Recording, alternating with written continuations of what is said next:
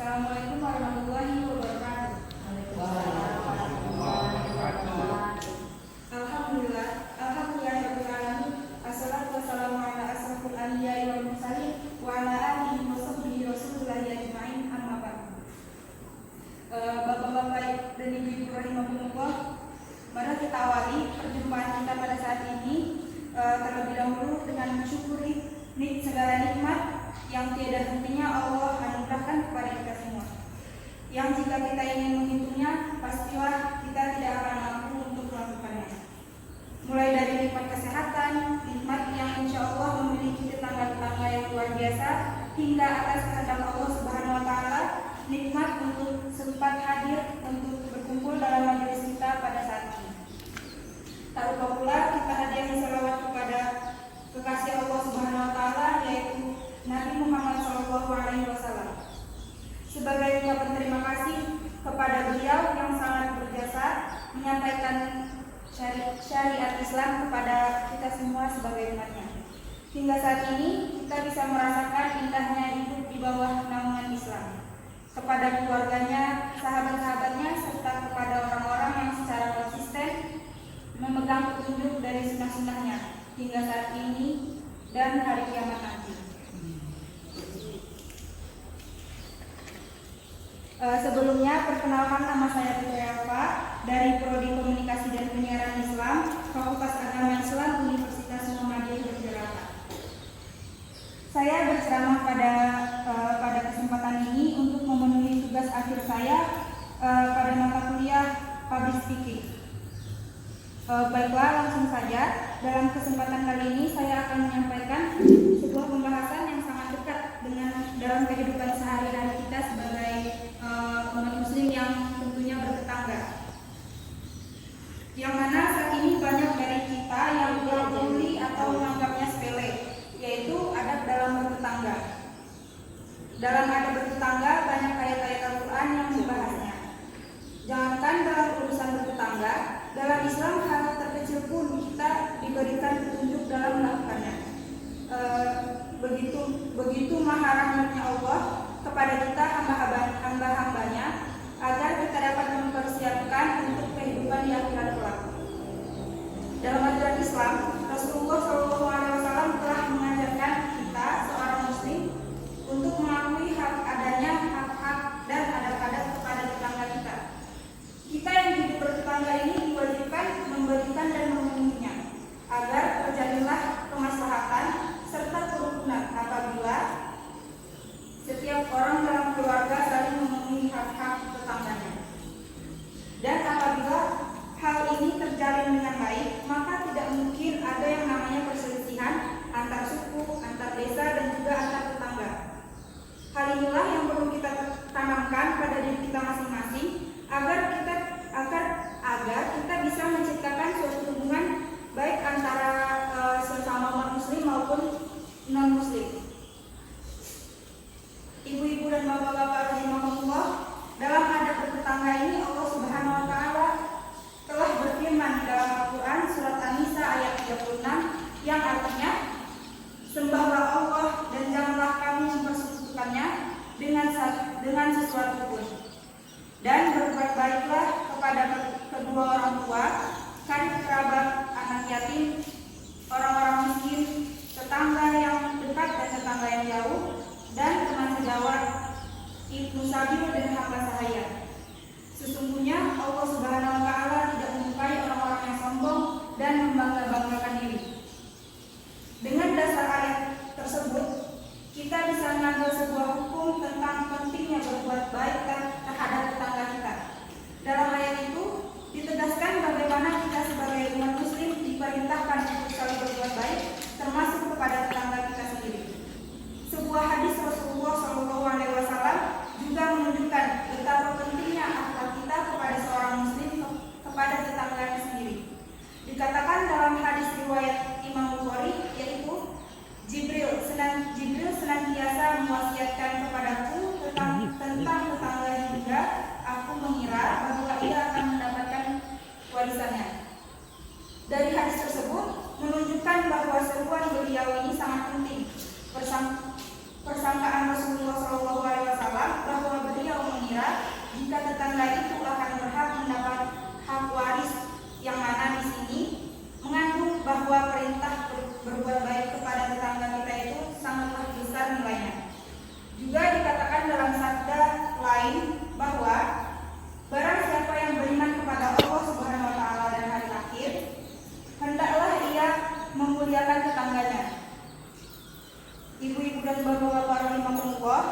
Dari yang sudah kita ketahui tentang perintah dalam Islam untuk berbuat baik kepada tetangga, lalu apa sajakah yang menjadi adab bertetangga itu sendiri?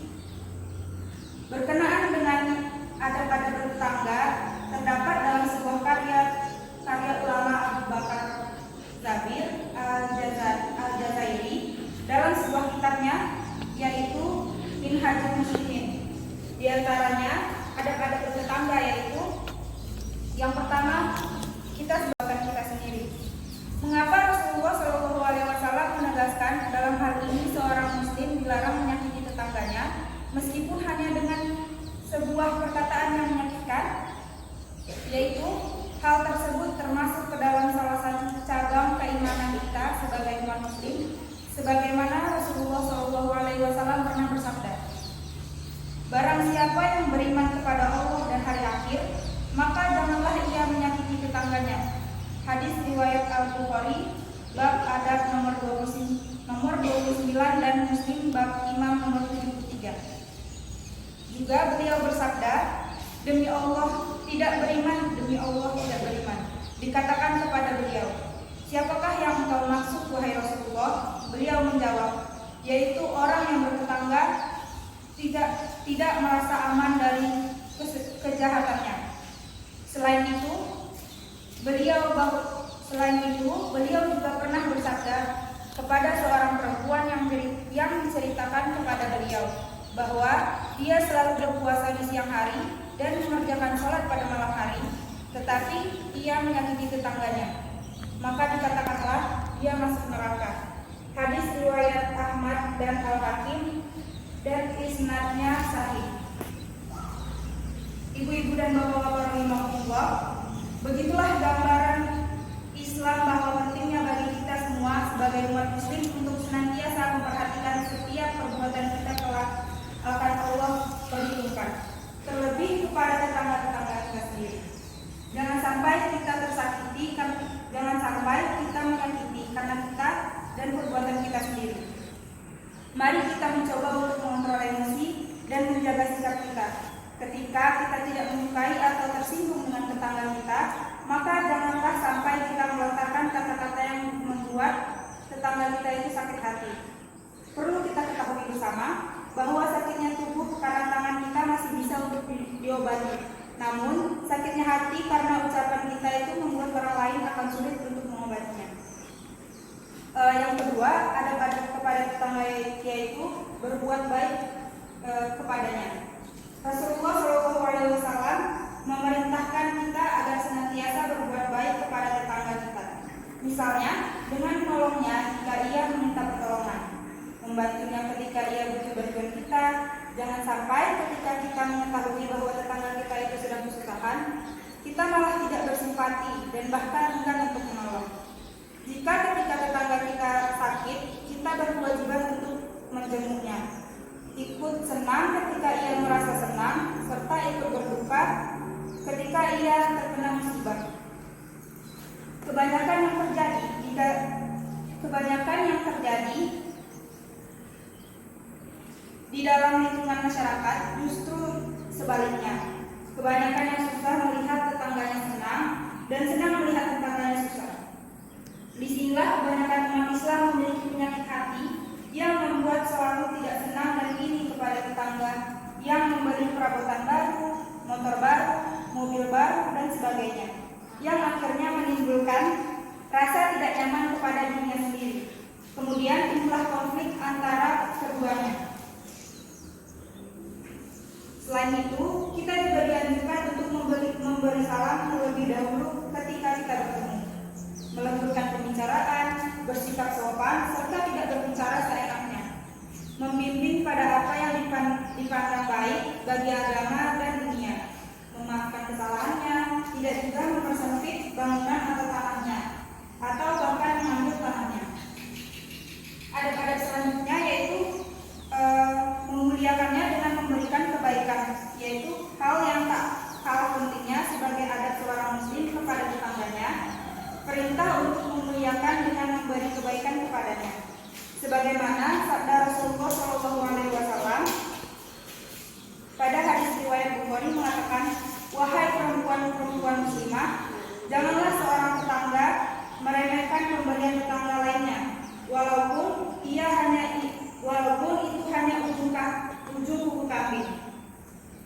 Rasulullah Shallallahu Alaihi Wasallam menegaskan dalam sabdanya dengan kalimat walaupun ujung kaki kambing.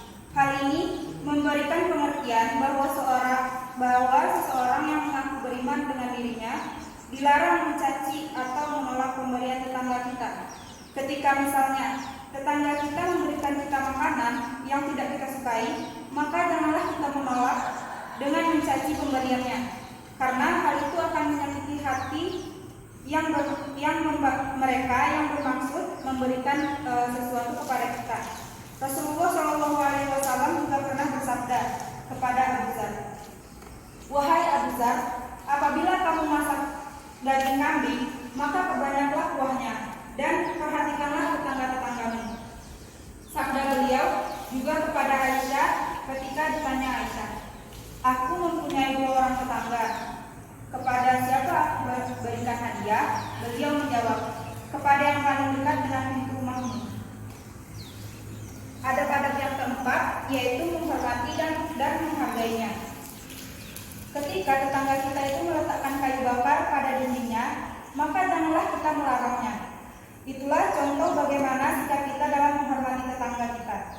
Rasulullah Shallallahu Alaihi Wasallam bersabda pada hadis riwayat Bukhari dan Muslim, yaitu janganlah seseorang di antara kalian melarang tetangganya meletakkan potongan kayu pada dindingnya. Sabda beliau yang lain pada hadis riwayat Al-Hakim, yaitu barang siapa yang mempunyai tetangga satu sekat atau ia berserikat dengan sekat bersamanya, maka janganlah ia menjualnya hingga ia menawarkan kepadanya. Ibu-ibu dan bapak-bapak rahimahumullah, dari pembahasan yang dibahas kita tadi dapat mengambil 2 pelajaran untuk kita semua. Yang pertama yaitu seorang muslim itu seharusnya mampu mengenal dirinya, apakah kita termasuk kepada orang yang berbuat baik kepada tetangga kita, atau kita justru termasuk sebagai orang yang berbuat jahat kepada tetangga kita sendiri. Dalam salah satu sabda Rasulullah Shallallahu Alaihi Wasallam, sebagai tolak ukur bagi kita untuk menjawab pertanyaan tadi adalah penilaian dari tetangga kita sendiri. Apabila kamu mendengar mereka berkata, "Kamu telah berbuat baik," maka kamu telah berbuat baik. Dan apabila kamu mendengar mereka berkata, "Kamu telah berbuat buruk," maka kamu telah berbuat buruk. Hadis riwayat Ahmad. Yang kedua, yaitu apabila suatu saat kita diuji dengan tetangga kita yang buruk kelakuannya, sebagai seorang muslim hendaklah kita berlapang dada dan bersabar. Karena kesabaran itulah yang akan menjadi sebab alasan keselamatannya. Dalam sebuah hadis yang diriwayatkan dari Abu Daud, Rasulullah Shallallahu Alaihi Wasallam bersabda, ada seorang laki-laki yang mendatangi Nabi Shallallahu Alaihi Wasallam untuk mengadu tentang tetangganya.